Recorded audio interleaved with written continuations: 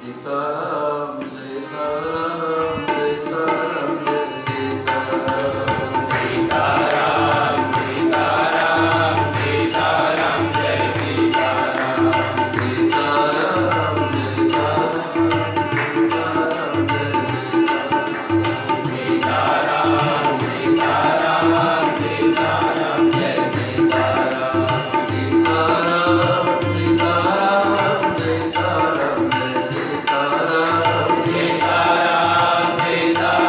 सीताराम जय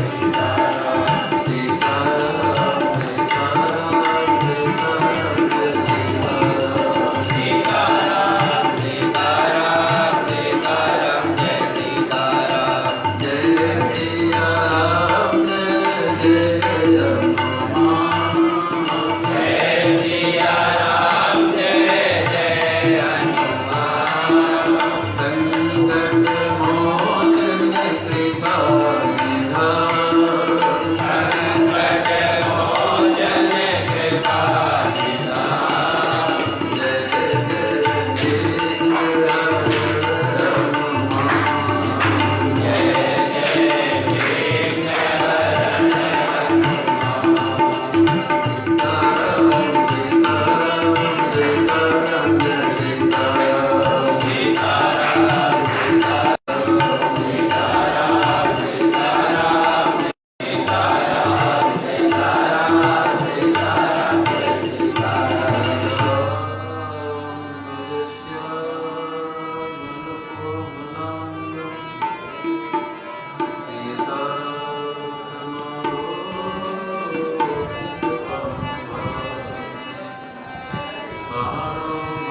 सीताराम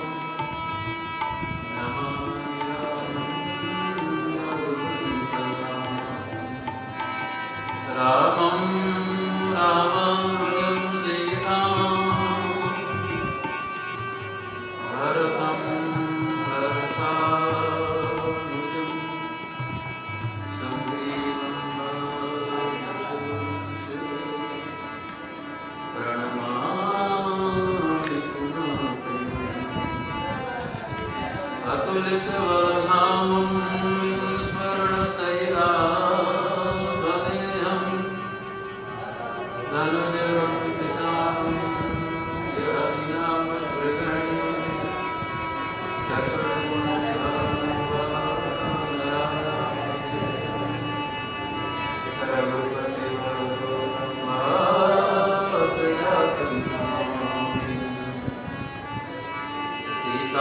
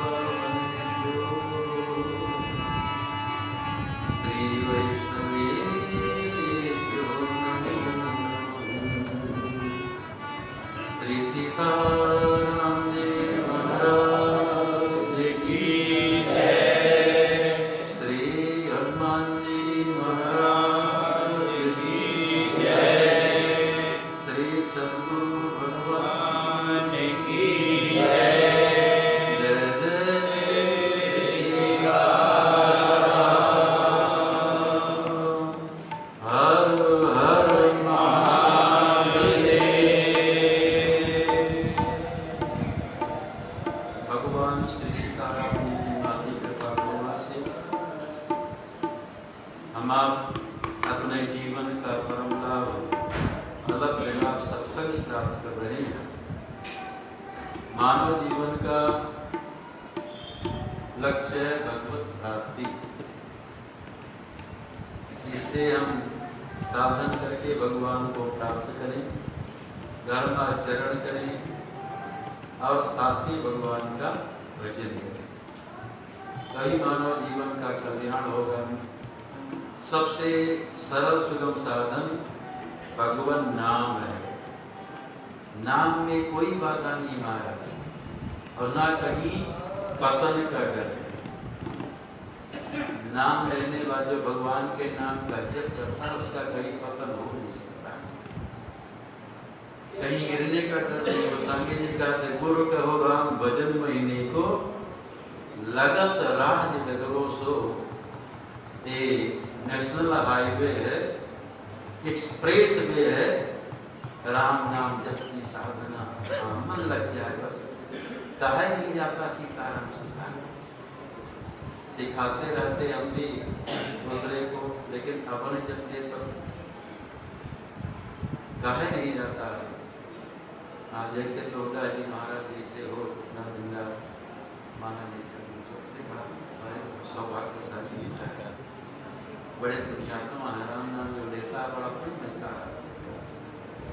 अस्मेधाधिकम पावनम है, इसे राम रक्षा स्त्रोत में से राम रक्षा स्त्रोत में है। इसे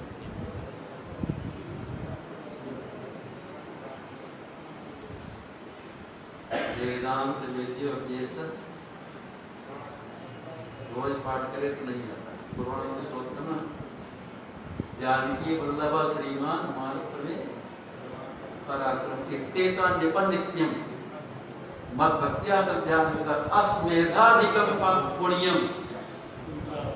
अश्वमेध है, अरे हाँ आप बोले अभी रामदास जी, पहले नहीं बताया। इतना जो पाठ रोज करे ना हनुमान चालीसा हो तो बीच में नहीं उठता है, याद है अपना बिना पुस्तक के हम भी करते रहते हैं। तिलक लगाते समय कर लेते हैं राम रक्षा सुनकर जितना हो जाए। तो अस्मेधाधिकम पुण्यम संप्राप्तोदिन संशय है। भगवान का नाम लेने कुछ तपस्या करने में कितना परिश्रम करना पड़ेगा, क्यों पंडित जी आचार्य, और नाम ले लिया राम जी का नाम, विश्वास हो, बस विश्वास हो तो उतने फल मिलेगा। और नहीं विश्वास नहीं होता है कि तो इच्छा का राम नाम क्या करेगा। दूसरे साधन पर हमको आपको विश्वास हो जाए, बहुत धर्माचरण करेंगे, धर्म करेंगे, लेकिन गोस्वामी जी कहते हैं कठिन काल मल कोस धर्म न ज्ञान न जोग जप परिहरि सकल भरोस राम ही भजहित चतुर नर।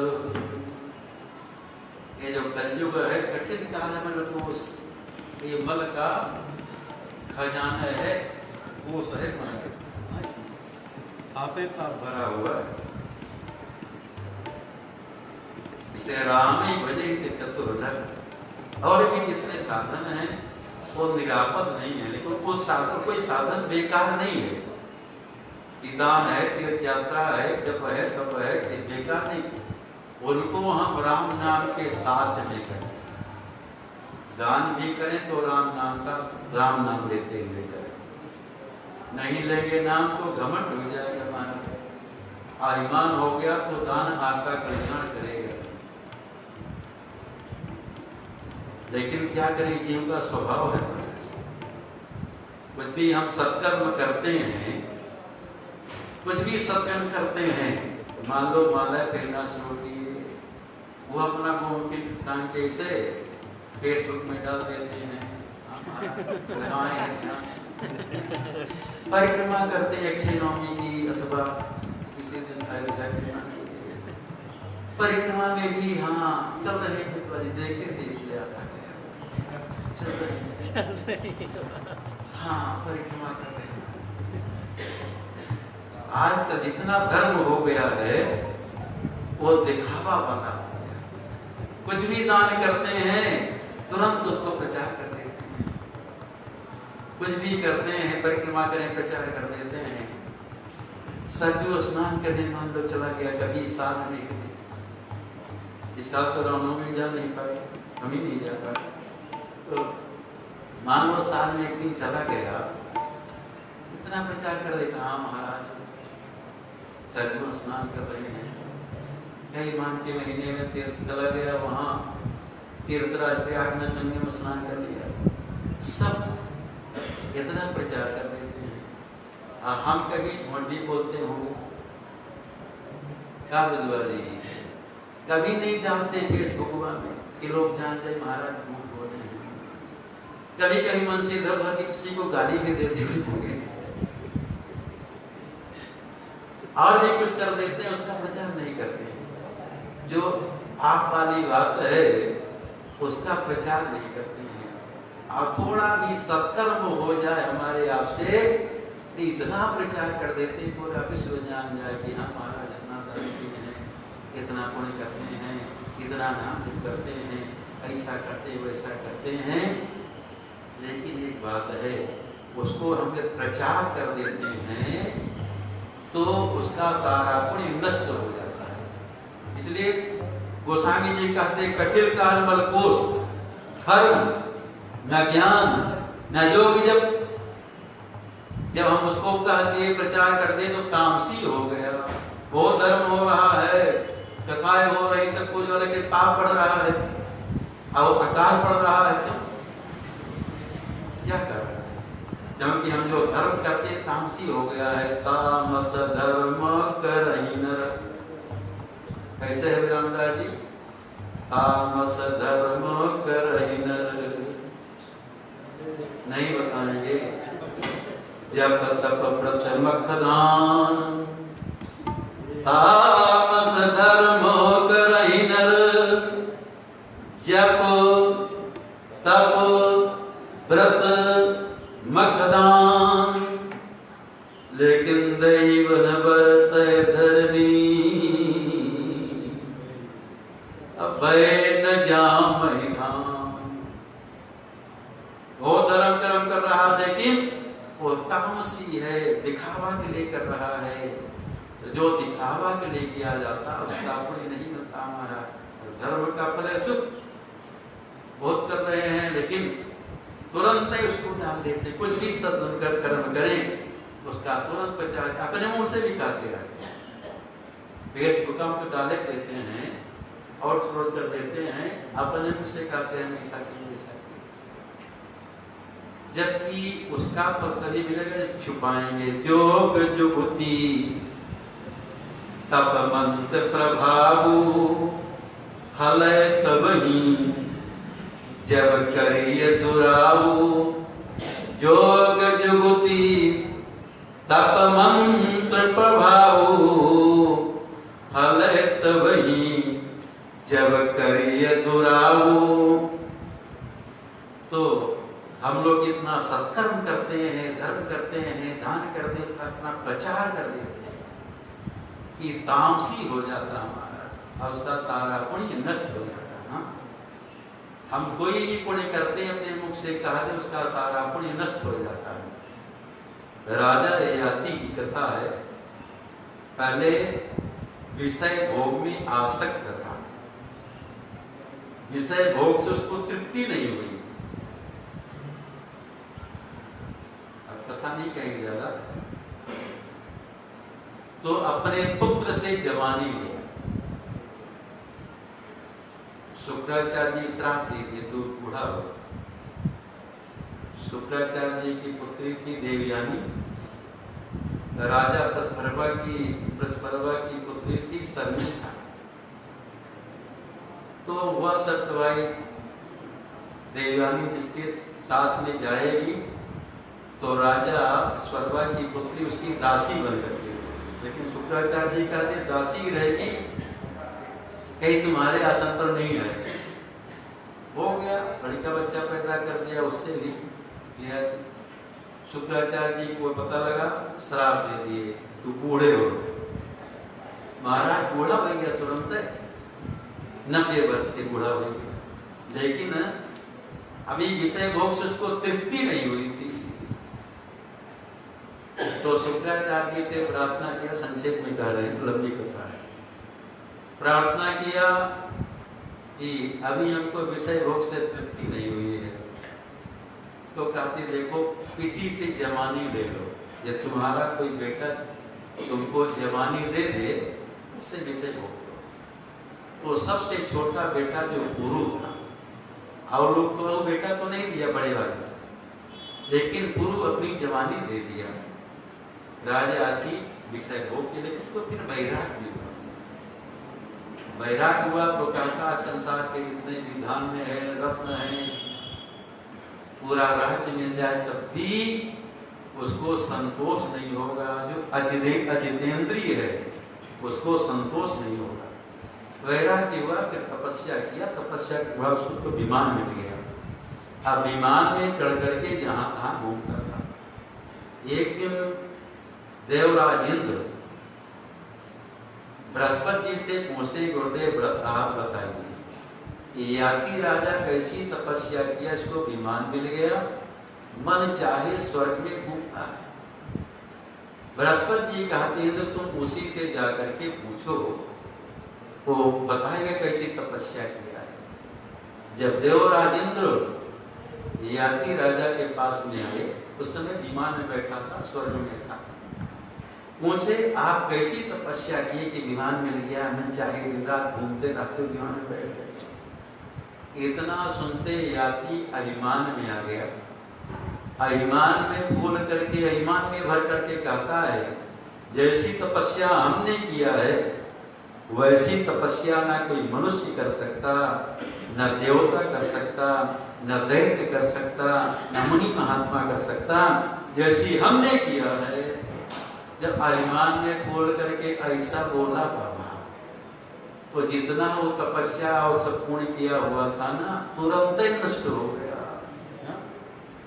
विमान में बैठा ना सरग में, सरग से नीचे जमीन में आ गया। वो स्वामी जी रामायण में लिखे हैं, सुरपुर दे जनु खसे उज्जजाति। आगे पीछे छुपा क्या हुआ? निज मुख कहे सुकृत। अरे तो हम निज मुख कहे सुकृत, सुरपुर दे ज्यों खसे उज्जजाति।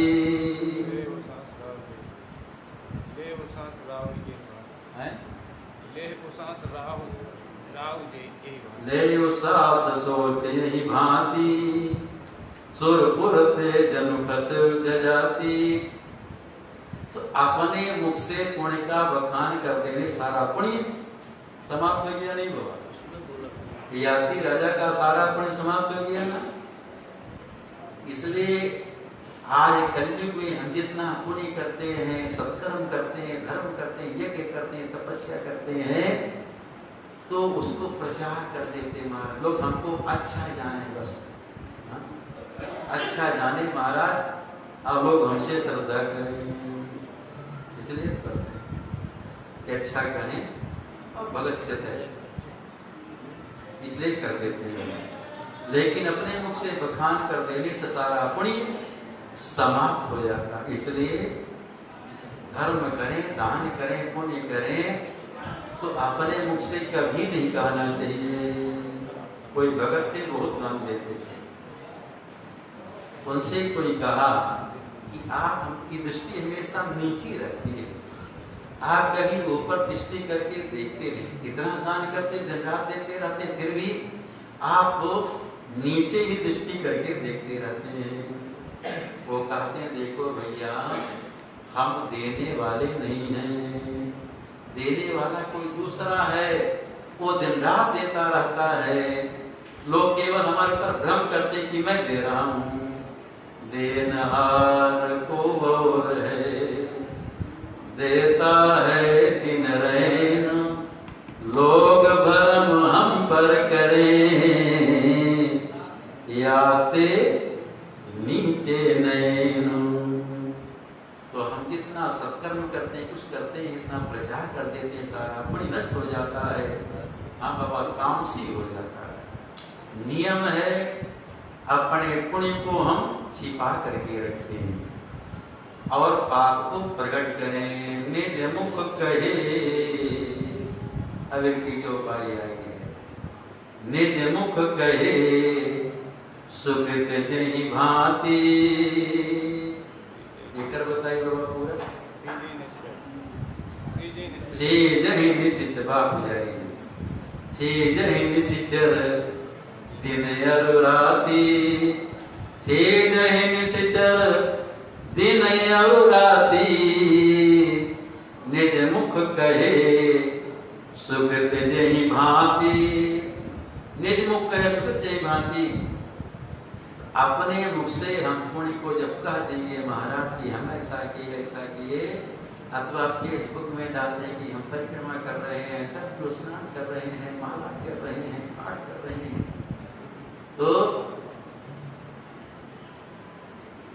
सारा पुण्य नष्ट हो जाएगा महाराज। इसलिए सावधान, पाप को प्रकट करना चाहिए। जीवन में पाप बन जाता, धर्म बन जाता है, उसको हम कभी नहीं प्रकट करते महाराज, और छिपा करके रखते हैं। और उस पाप को छिपाने के लिए दूसरा पाप करना पड़ेगा, झूठ बोलना पड़ेगा। और झूठ बोलने से बढ़ करके पाप नहीं है, सब लोग जानते हैं। सांच बराबर तप नहीं, जानते हैं कि नहीं, कैसे है पता नहीं, बोल दीजिए जोर से, हमको भी याद हो गया। याद हो गया, सांच बराबर तप नहीं, झूठ बराबर पाप, जाके हृदय सांच है।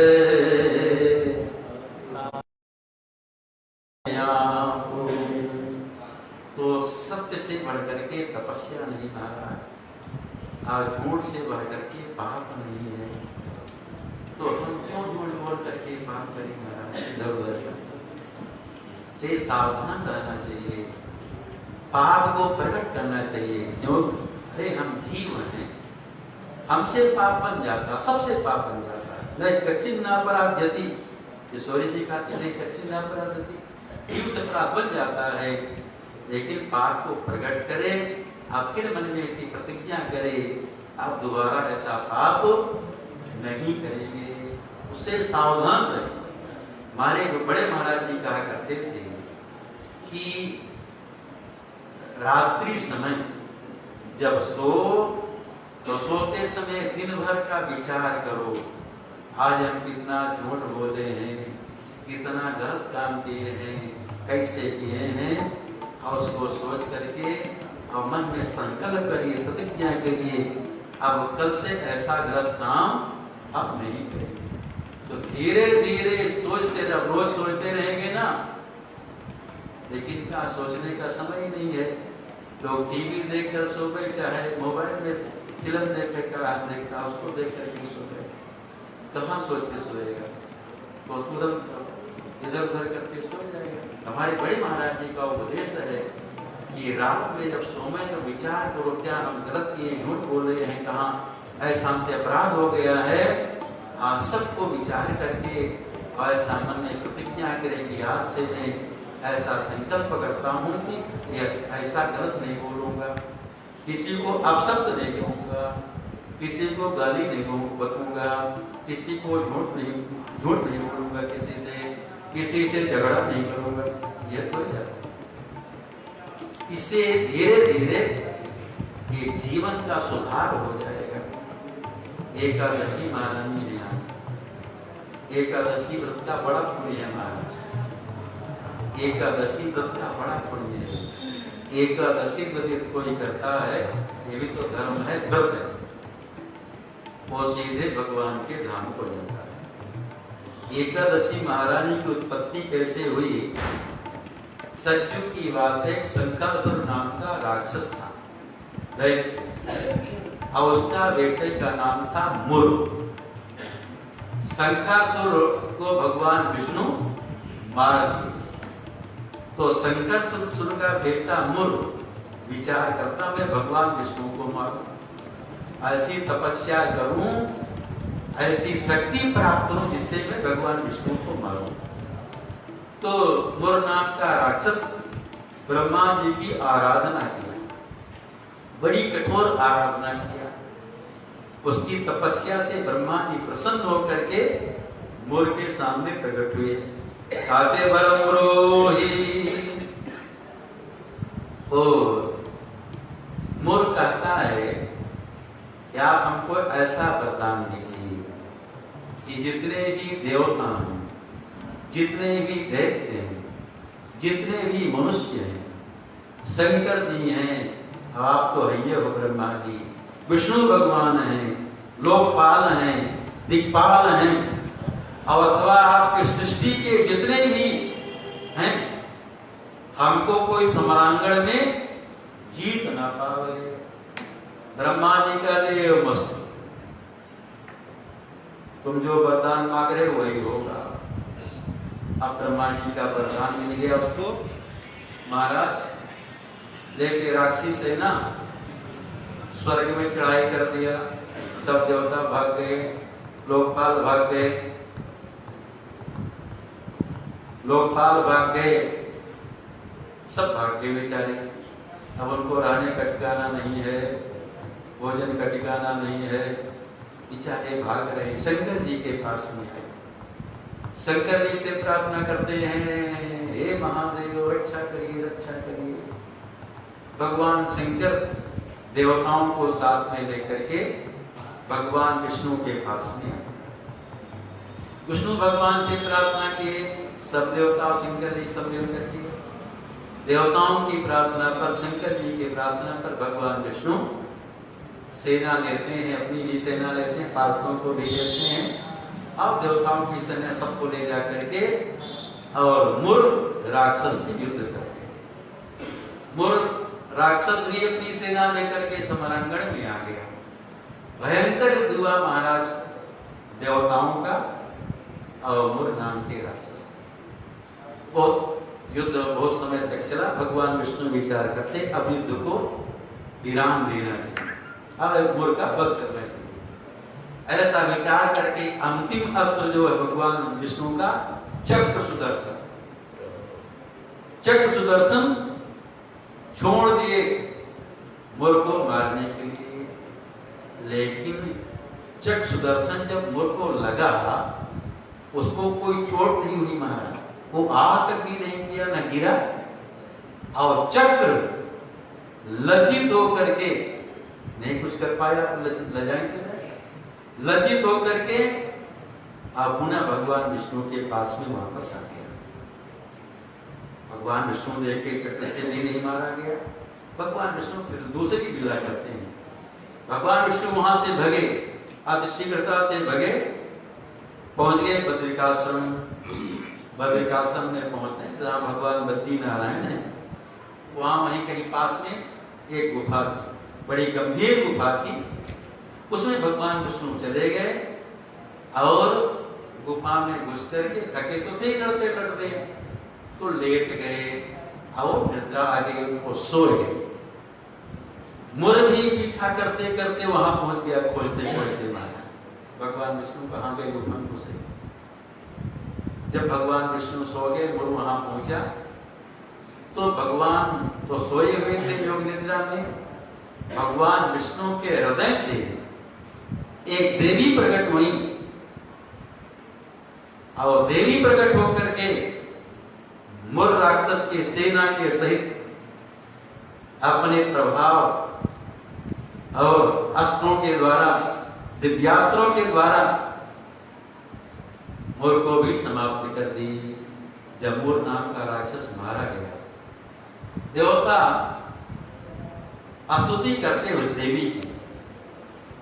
थोड़ी देर के बाद भगवान विष्णु जगे। देवता भगवान विष्णु की भी स्तुति करते हैं, पुष्प वर्षण करते हैं देवी के ऊपर में भी और भगवान विष्णु के ऊपर में। जब भगवान विष्णु जी को पता लगा कि मैं तो सोया था, हमारे मेरे हृदय से ये देवी प्रकट हुई और प्रकट होकर के मुर नाम के राक्षस को सेना के समाप्त कर दी, तो भगवान विष्णु उस देवी से कहते हैं आप मेरे लोक को चलें। बड़े प्रसन्न होते हैं भगवान विष्णु और कहते हैं आप मेरे हृदय से प्रकट हुई हैं, एकादशी तिथि के दिन प्रकट हुई हैं। आपका नाम एकादशी महारानी। आदिशक्ति प्रकट हुई थी भगवान के हृदय से, आप एकादशी महारानी हैं। और ये जो दिन है एकादशी दिन, इस दिन को हरिवासर कहा जाता है। भगवान विष्णु का ये दिन है एकादशी दिन। तो इस दिन एकादशी के दिन जो व्रत करेगा, जो एकादशी व्रत करेगा, उसके सकल मनोरथ सिद्ध होंगे, उसकी सभी कामनाएं पूर्ण होंगी, मनोरथ सिद्ध होगा। और उसको अष्ट सिद्धि नवनिधियां भी मिलेंगी, और उसको सब प्रकार की मुक्तियां भी मिल जाएंगी। 4 प्रकार की मुक्ति है ना, वो उसको 4 प्रकार की मुक्तियां भी मिल जाएंगी। और भगवान कहते उसको मेरे चरण कमलों का प्रेम भी मिल जाएगा। और एकादशी को जो व्रत करेगा उसको मेरी भी प्राप्ति हो जाएगी। भगवान ऐसा वरदान देते हैं, इसलिए एकादशी का व्रत करना चाहिए। बहुत महत्व एकादशी व्रत का। ऐसे हमारे यहाँ वैष्णव में एकादशी व्रत ही प्रधान व्रत है बाबा। न करे तब भी आश्रम में फलहार मिलता है, फलहार मिलता है, करना है। लेकिन उत्तम व्रत तो है 3 दिन का व्रत होता है बाबा। एकादशी का व्रत 3 दिन में पूर्ण होता है। जैसे लोग छठ का व्रत करता है ना कार्तिक में, वो कार्तिक 3 दिन में पूर्ण होता है। एकादशी व्रत का भी 3 दिन में पूर्ण होती है। कैसे? दशमी के दिन एक बार भोजन, अभिष्यान दोपहर में, और फिर रात में कुछ न पावे, उत्तम व्रत की चर्चा हम करें। और एकादशी में वैसे उत्तम है निर्जल व्रत कर, निर्जला व्रत कर, पानी भी न पिए। नंद बाबा निर्जला एकादशी व्रत करते थे। एकादश्याम निराहार समप्यर्च जनार्दनम स्नातुम नंदस्तु कालिंद्या द्वादश्याम जलमाविशत। तो नहीं निर्जल रह सकते तो एक बार स्वल्पाहार फल ले अथवा दूध पी लिया। बहुत कुछ तो सर की इधर खाना उचित नहीं है, बहुत खा लिया। अब बाबा आज देर से आए, हम जब निकले थे बाथरूम में घुसे हुए स्नान कर। अब एकादशी में न पावे महाराज तो वहाँ जहाँ जाते हैं कान में जनेऊ चढ़ा करके जाने की आवश्यकता नहीं। हाँ भाई, ये नहीं पाते थे जब केवल जब भी करके रहते थे उस दिन नहीं जाना पड़ता हमको, तो नहीं जाना। जब नहीं, अब जब पाए लिया एकादशियों के दिन अपना दौड़ रहे हैं, हम कहे महाराज क्या बात है, 5:30 बजे अभी यहीं से निकले, क्षमा करिएगा सामने बात आ गई, नहीं पचती बात हमारे पेट में।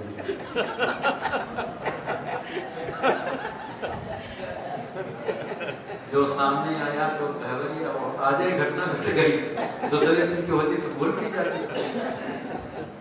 तो जब स्वल्पाहार लिया तो ज्यादा न लग शंका करने जाना पड़ेगा और न वहां डोल डाली जाना पड़ेगा।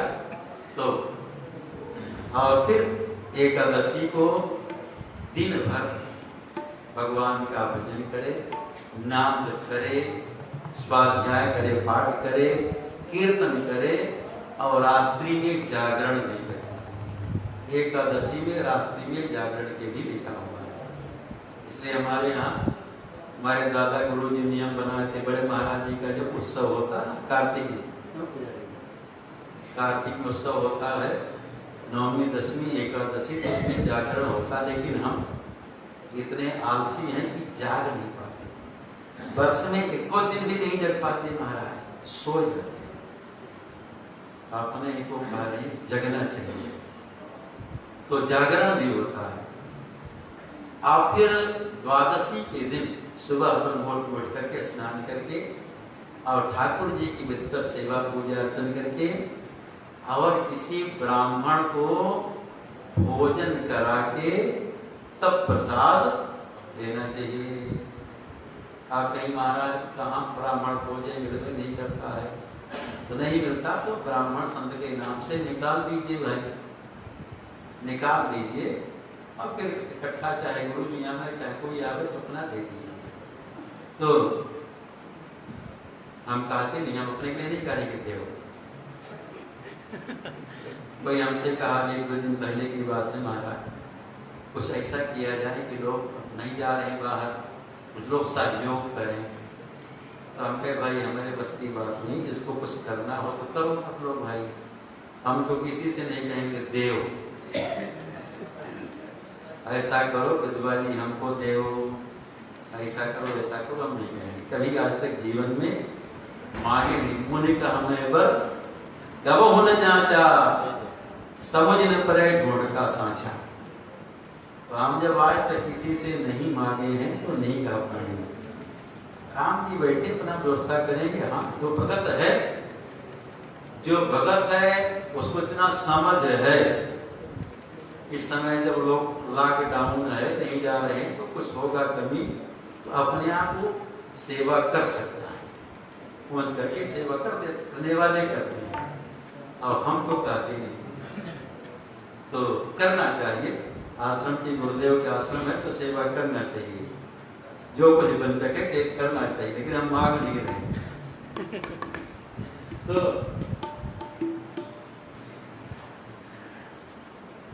एक ब्राह्मण को भोजन करा के तब अपना प्रसाद पाना चाहिए। अब द्वादशी को भी एक के बार भोजन करना चाहिए कि नहीं कि कई बार, दोबारा अन्न खा लेने से व्रत नष्ट हो जाएगा महाराज। अब क्या करें, हम लोग व्रत थोड़ी करते हैं, सुबह बाद भोग भी कर लेते हैं, दोपहरियों में बढ़िया कुट्टू है अपना जो पूड़ी पकौड़ी चाहे खिचड़ी को ही बन गया खा लिए, 4 बजे भी खा लिए, रात में भी खा लिए।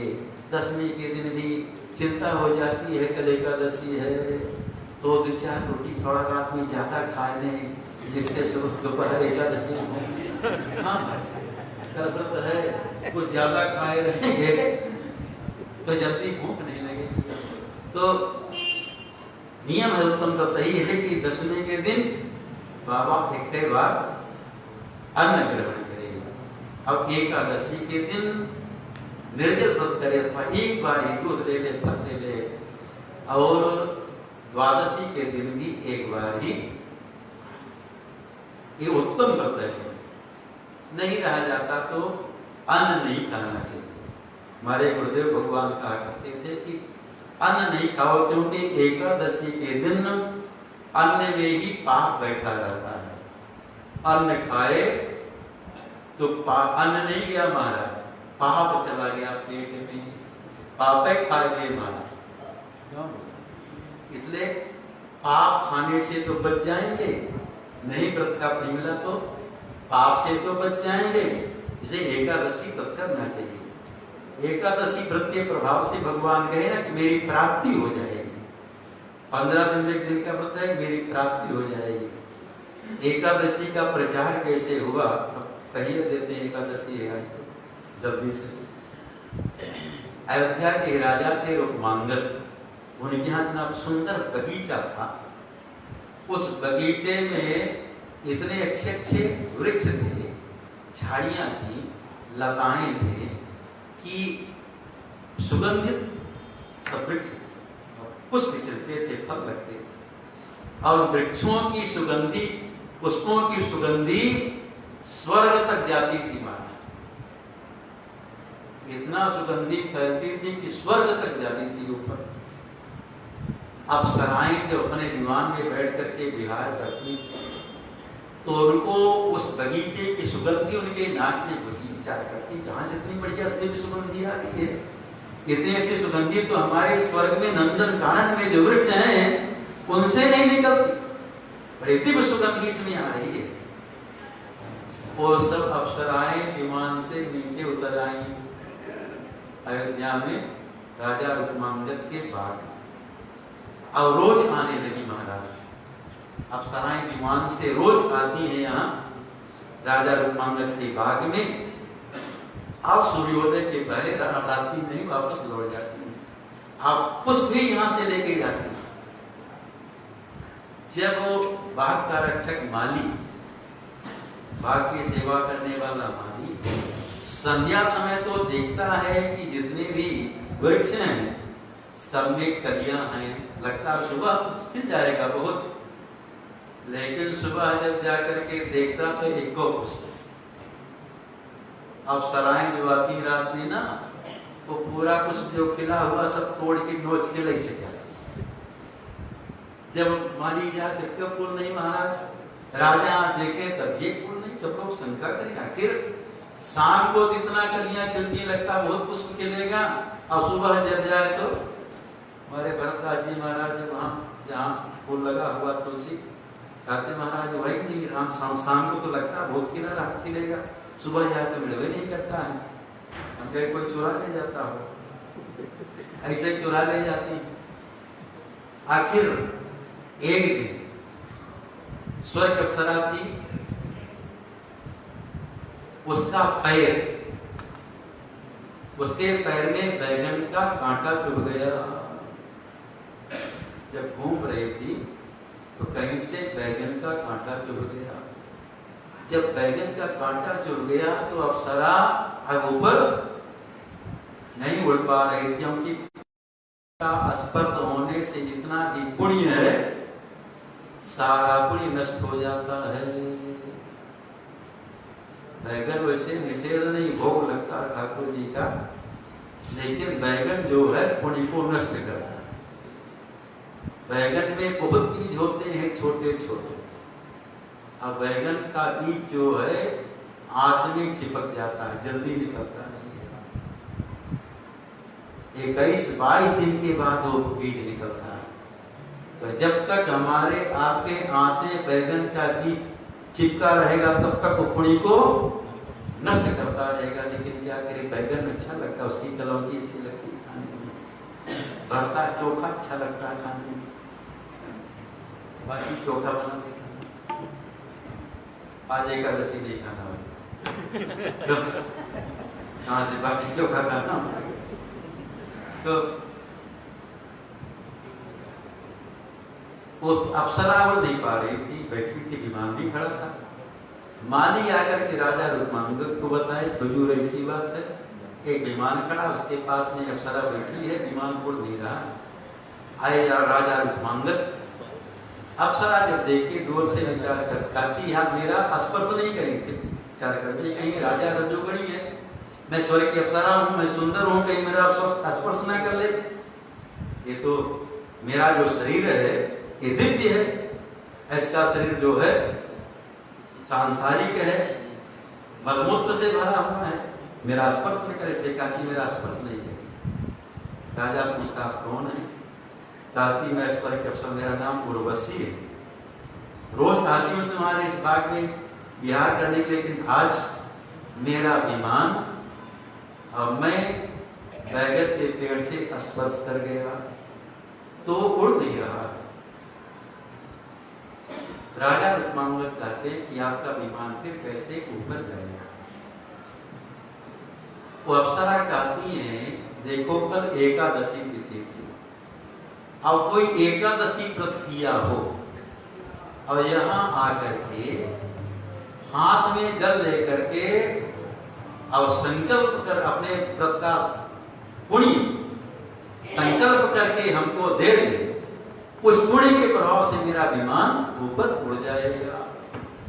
राजा रुक्मांगद सुन करके कहते हैं इस समय तो यहाँ कोई एकादशी जानता नहीं मेरे राज्य में, एकादशी क्या है इसको कोई जानता ही नहीं है, तो व्रत करने वाला कहाँ से मिलेगा? तो अप्सरा कहती है ठीक है व्रत करने वाला नहीं मिले तो यदि कोई किसी भी कारण से भूखा रह गया हो, पानी न पिया हो, भूखा रह गया हो, एकदम उपवास कर लिया हो, तो वो ही आ जाए और अपने व्रत का पुण्य संकल्प करके हमको दे दे, उस पुण्य से हम स्वर्ग में चली जाएंगे।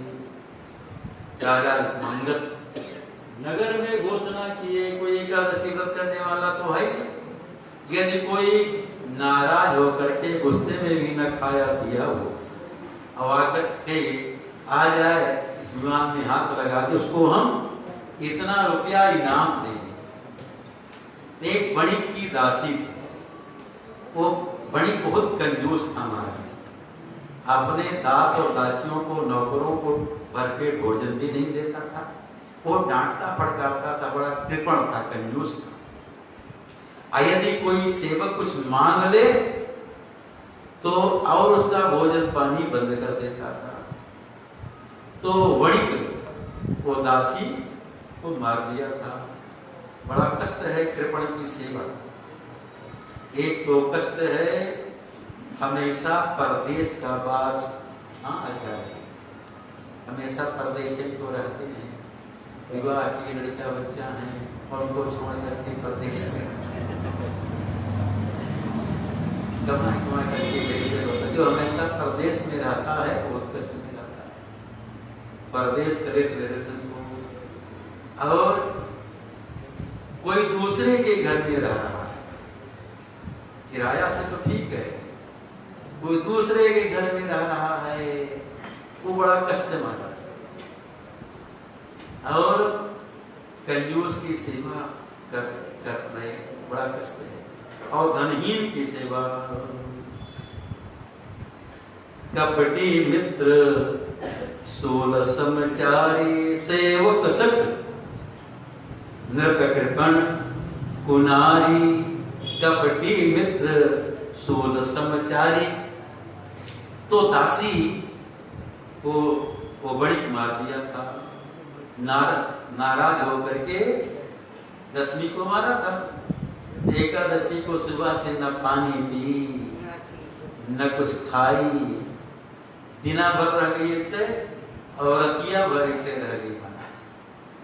न दिन में खाई पी और न रात में खाई पी। और सुबह की द्वादशी की बात थी, वो दासी आई और कहती है मैं नहीं खाई पी। राजा उसके द्वारा संकल्प करवाए, वो अपना एकादशी व्रत का जो पुण्य है संकल्प करके और अप्सरा को देती है।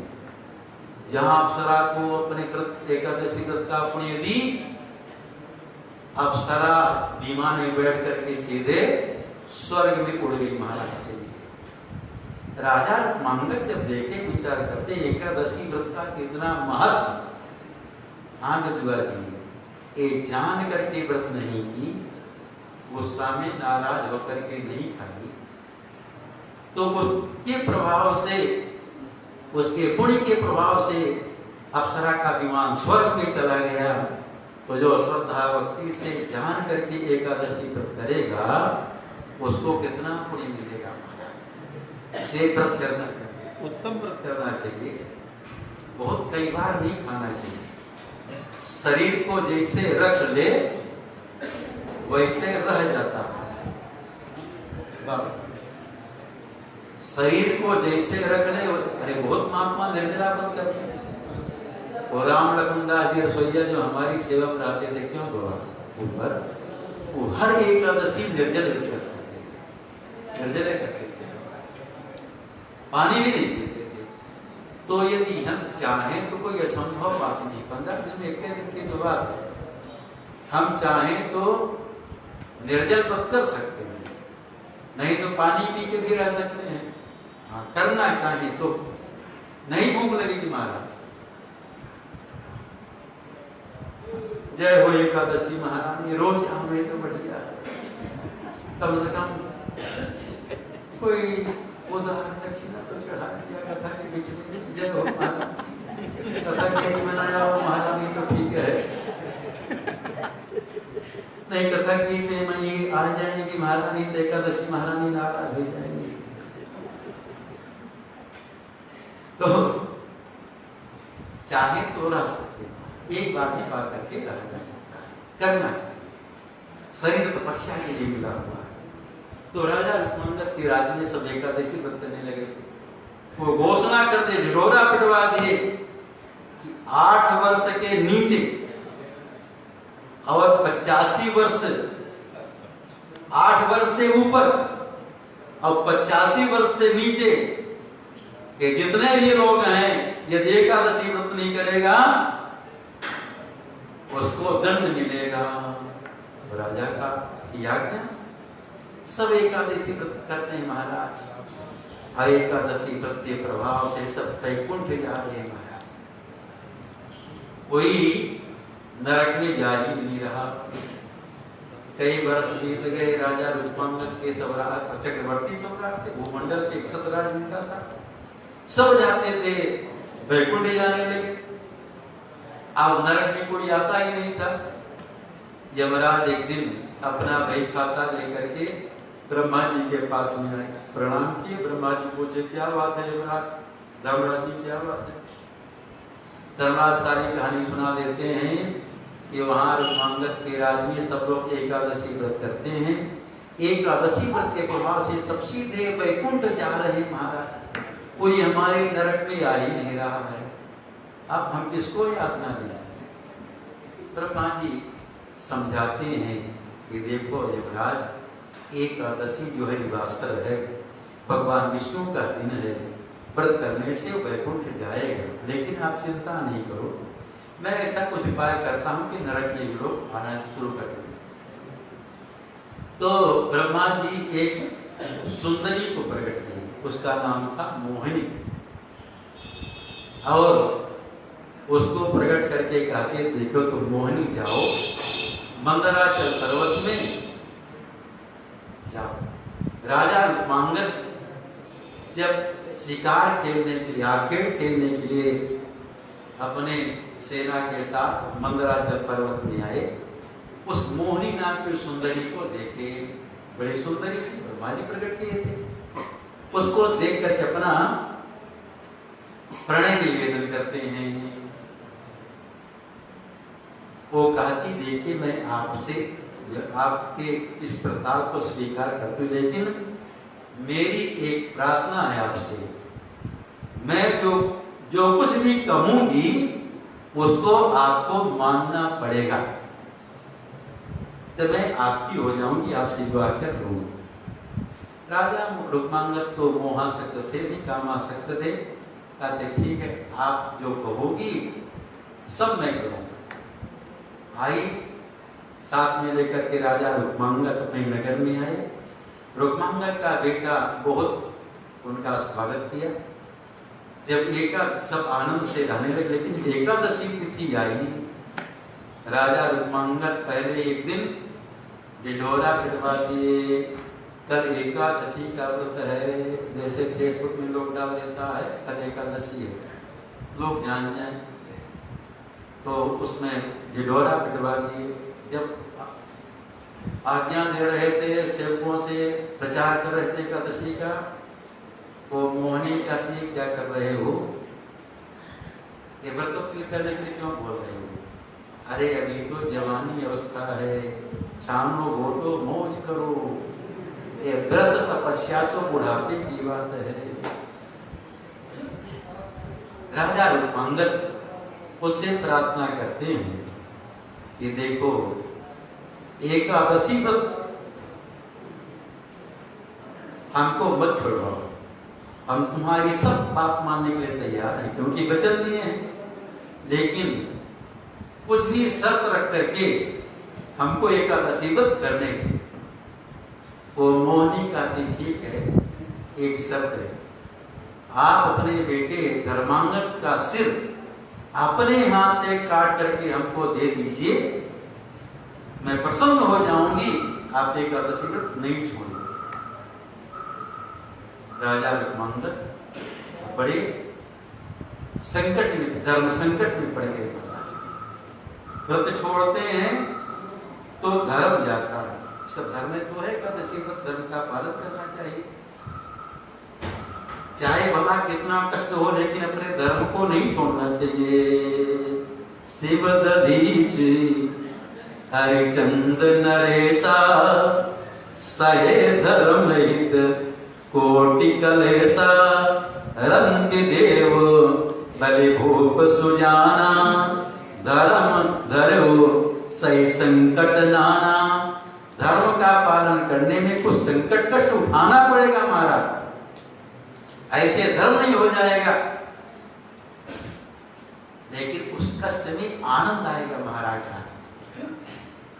कष्ट का अनुभव नहीं होगा, आनंद की अनुभूति होगी। तो बड़े धर्म संकट में पड़ गए, क्या करें। बेटा बड़ा धार्मिक था, धर्मांगद नाम ही था। उसको जब पता लगा, अब आ गया धर्मांगद पिताजी के पास, अपना सिर नीचे करके हाथ जोड़ करके पिता के चरणों में प्रार्थना करता, पिताजी आप मेरा सिर काट करके और दे दीजिए। आज मेरा भाग्य है, मैं धन्य हो जाऊंगा कि मेरे द्वारा आपके प्रतिज्ञा की रक्षा होगी। अब मेरी माँ है, इसकी कामना पूर्ण होगी। ये मेरा सिर काट करके मांग रही है, आपकी प्रतिज्ञा है कि ये जो कहेगी मैं करूंगा, इससे मैं धन्य हो जाऊंगा कि आपकी प्रतिज्ञा पूर्ण होगी। पुत्र वही है जो पिता की आज्ञा का सब प्रकार से पालन करे, पिता की प्रतिज्ञा की रक्षा करे। महाराज रुक्मांगद जब अपना तलवार उठाए बेटे धर्मांगद के सिर को काटने के लिए, जहां प्रहार करना चाहे भगवान वहां प्रकट हो गए और रुक्मांगद जी का हाथ पकड़ लेते हैं। पहले पत्नी तो काट नहीं माने, लेकिन भगवान तुरंत प्रकट हो गए और रुक्मांगद जी का हाथ पकड़ दिए। तो यदि हम धर्म की रक्षा करेंगे तो धर्म हमारी आपकी रक्षा करेगा। धर्मो रक्षति रक्षितः से बचा। जितना कष्ट आ जाए, कभी भी कष्ट के भय से, संकट के डर से अपने धर्म को नहीं छोड़ना चाहिए। धर्म का पालन करेंगे, उससे सुख मिलेगा, ठाकुर की कृपा मिलेगी। धर्मो रक्षित रक्षिता, धर्म ही हमारी आपकी रक्षा करता है और कोई दूसरा दुनिया में रक्षा करने वाला नहीं है। तो एकादशी के व्रत से वैकुंठ की प्राप्ति होगी, इसलिए एकादशी व्रत करना चाहिए। थोड़ा शरीर को कष्ट देना चाहिए। कथा और है लेकिन हम नहीं कहेंगे, समय हो गया है। तो ये धर्म है। तो एकादशी के दिन एकादशी व्रत तो करे ही और साथ में नाम संकीर्तन करता रहे, नाम जप करता रहे, ठाकुर की सेवा पूजा करता रहे और रात्रि में जागरण भी। एक कथा जागरण, गुजराती बाबा नहीं है, वहीं पास है गुजराती बाबा हमारे जो पुजारी। डाकोर में एक रामदास नाम के भगत रहते थे, अहमदाबाद के पास डाकोर है। वो एकादशी के दिन जाते थे द्वारिकापुरी और वहां जाकर के जागरण करते थे, नाम संकीर्तन करते थे और द्वादशी को फिर वापस आ जाते। जब वृद्धावस्था आई फिर भी जाना छोड़े नहीं, अपना चले जाते थे। एक दिन साक्षात द्वारकाधीश भगवान रामदास जी के पास में आते रात में, जब सखंडा पुजारी चले गए ना, कहते देखो रामदास अब तुम बूढ़े हो गए, तुम वहां से इतना दूर से आते हो पैदल चल करके, एकश नाम से देखा नहीं जाता, नहीं आया। मना करने के बाद भी रामदास जी नहीं माने, फिर एकादशी में चले गए, अपना जागरण किए। रात्रि में फिर भगवान द्वारकाधीश उनके पास में है, कहते देखो रामदास हम तुमको मना किए, तुम मेरी बात माने, फिर आ गए, तुम्हारा आकर्षण हमसे देखा नहीं जाता। रामदास जी कहते प्रभु क्या बताऊं, 15 दिन में केवल एक दिन आपका दर्शन होता है। जब एकादशी तिथि आती है तो मेरा मन बेचैन हो जाता है, व्याकुल हो जाता है कि चले भगवान द्वारकाधीश का दर्शन करने के लिए। अमन इतना बेचैन हो जाता है कि मुझसे रहा नहीं जाता और छड़ी लेकर के चल देता हूँ, तो आपकी कृपा से मैं पहुंच जाता हूँ, आपका दर्शन हो जाता है। भगवान कहते हैं रामदास अब तुम मेरी बात नहीं मानोगे, तुम मानोगे नहीं आना और तुम्हारा कसम से देखा नहीं जाता है। अब जब एकादशी आवे तो एक काम करना, बैलगाड़ी लेकर के आना, अब मैं ही तुम्हारे साथ वहीं चलूंगा। अपने नियम में हमको जब दृढ़ रहेंगे, नियम में दृढ़ता रहेगी, शरीर कमजोर हो जाए, अशक्त हो जाए, भगवान उस नियम को पूर्ण करेंगे। कहते ही नहीं चलो, एकादशी आई, रामदास जी अपना बैलगाड़ी लेकर के आए, दर्शन करते भगवान द्वारकाधीश का, रात्रि में जागरण करते, द्वादशी के दिन भी रुक गए। जब पंडा पुजारी मंदिर बंद करके चले गए, भगवान द्वारकाधीश रामदास से कहते रामदास अब बैलगाड़ी ले आओ मंदिर के पीछे, अब हम तुम्हारे साथ में चलेंगे। रामदास जी बैलगाड़ी लेके आए मंदिर के पीछे। पंडा पुजारी तो भगवान को शयन करा दिए थे, जितना वस्त्र आभूषण सब उतार दिए थे, कि भगवान अपने से जो बढ़िया कीमती वस्त्र था महाराज, जिसमें सोने चांदी के तार लगे हुए थे, कपड़े में भी पहले काम होता था, सोना चांदी के तार वाला अभी भी है पुराने कुछ, तो वो सब वस्त्र निकाल लिए, बढ़िया आभूषण पहनिए, अपने से श्रृंगार करिए महाराज। और को कोई रास्ता की आवश्यकता तो है नहीं कि जब दरवाजा खुले तभी निकले, अपना खिड़की से निकल आए छम छम करते हुए, बैठने लगे। जब बैलगाड़ी में रामदास जी कहते मैं आपको नहीं ले जाऊंगा, भगवान कहते क्यों, तो तुम्हारे साथ चलने के लिए तैयार है, तुम्हारे गांव में घर में, और नहीं चल रहे क्यों। रामदास जी कहते प्रभु आप तो जा ही नहीं है, आज जो कीमती मणिमय हार आभूषण वस्त्र पहन करके जा रहे हैं, जब पंडा पुजारी मंदिर खोलेंगे तो आप मिलेंगे नहीं, और सोना चांदी वाला आभूषण भी नहीं मिलेगा मणिमय, तो उनका तो हार ट्रैक हो जाएगा बेचारा। इसलिए आप चलना चाहते हैं तो ये सब उतार करके चले, एक साधारण वस्त्र पहन करके आइए बस। अब भगवान तो भक्त के प्रेम के बस में आए, जल्दी जल्दी अपना उतार के इधर उधर फेंके, साधारण वस्त्र पहन करके आए, बैलगाड़ी में बैठा के लेके चले। उधर जब सवेरा हुआ पंडा पुजारी मंदिर में गए, मंदिर में बाहर बहुत बड़ा ताला बंद था, बंद का बंद। अब भगवान पता नहीं कहाँ चले गए। सब विचार करते जो रामदास है ना, बड़ा भक्त बहुत प्रेमी है भगवान का, कोई भगवान को फुसला करके लेके चला गया होगा। दौड़े उधर, पंडा पुजारी देखे आ रहा है, आ रहे हैं, रामदास जी देखे आ रहे हैं, ये सब पंडा पुजारी मानेंगे। भगवान कहते देखो रामदास एक काम करो, हमको तो डाल दो कुआं में, अब जब हम नहीं मिलेंगे तो नहीं मारेंगे। लेकिन पंडा पुजारी रामदास जी को बहुत मारे, और यदि कोई भगवान के भक्त को मारता है, भगवान उसकी रक्षा करते, सारा चोट अपने ऊपर में ले लेते। उधर गए कुआं के पास में, पंडा पुजारी देखे भगवान कुआं में पड़े थे, अब कुआं का सारा जल एकदम लाल हो गया था रुधिर जैसे, क्योंकि भगवान अपनी पीठ में डंडा कर चोट दे, भगवान के पीठ से रक्त निकला, उससे कुआं का जल भी लाल हो गया। भगवान को निकाला गया। भगवान कहते देखो अब हम तुम्हारे साथ नहीं जाएंगे, क्योंकि तुम लोग हमारे भगत को मारे हो। सब पंडा पुजारी कहते प्रभु नहीं जाएंगे, आप तो मंदिर खाली है, दर्शनार्थी जब दर्शन करने आएंगे किसका दर्शन करेंगे। भगवान कहते देखो एक काम करो, हमारे भगत रामदास से मेरे तौल का सोना ले लो और मेरी देसी मूर्ति बना करके पधरा, बस।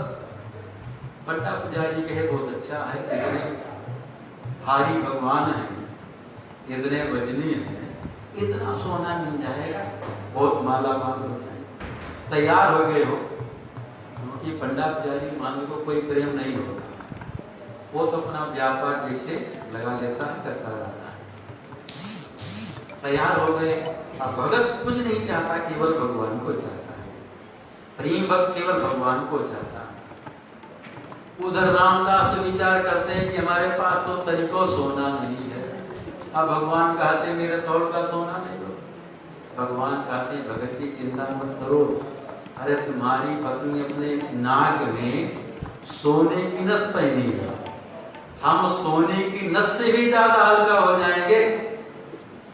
तराजू के पड़ने पर द्वारकाधीश भगवान को विराजमान किया गया और दूसरे पड़ने पर रामदास जी की पत्नी अपने नाक से सोने की नथ उतार करके जब रखी तो भगवान वाला पड़ा एकदम ऊपर उड़ गया महाराज, और छोटी सी सोने की नथ वाला पड़ा जमीन में सटा रहा।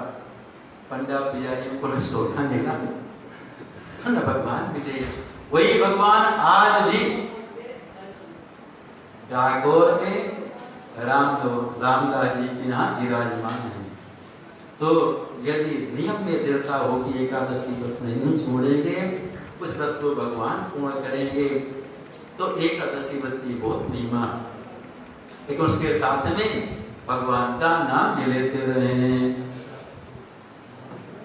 जिन राम को नाम कभी न लियो, तिनकी जिंदगानी बनी न बनी। कितनो सुख संपत्ति जोरी धरे, तिनको कहियो कबहू न धनी। अपनो हित लागी दलेल करे, तिनकी जननी न जनी न जनी। और जिनकी न बनी रघुनंदन से, तिनकी कबहू ना बनी न बनी। श्री सीताराम जी महाराज की जय, श्री हनुमान जी महाराज की जय, श्री सद्गुरु भगवान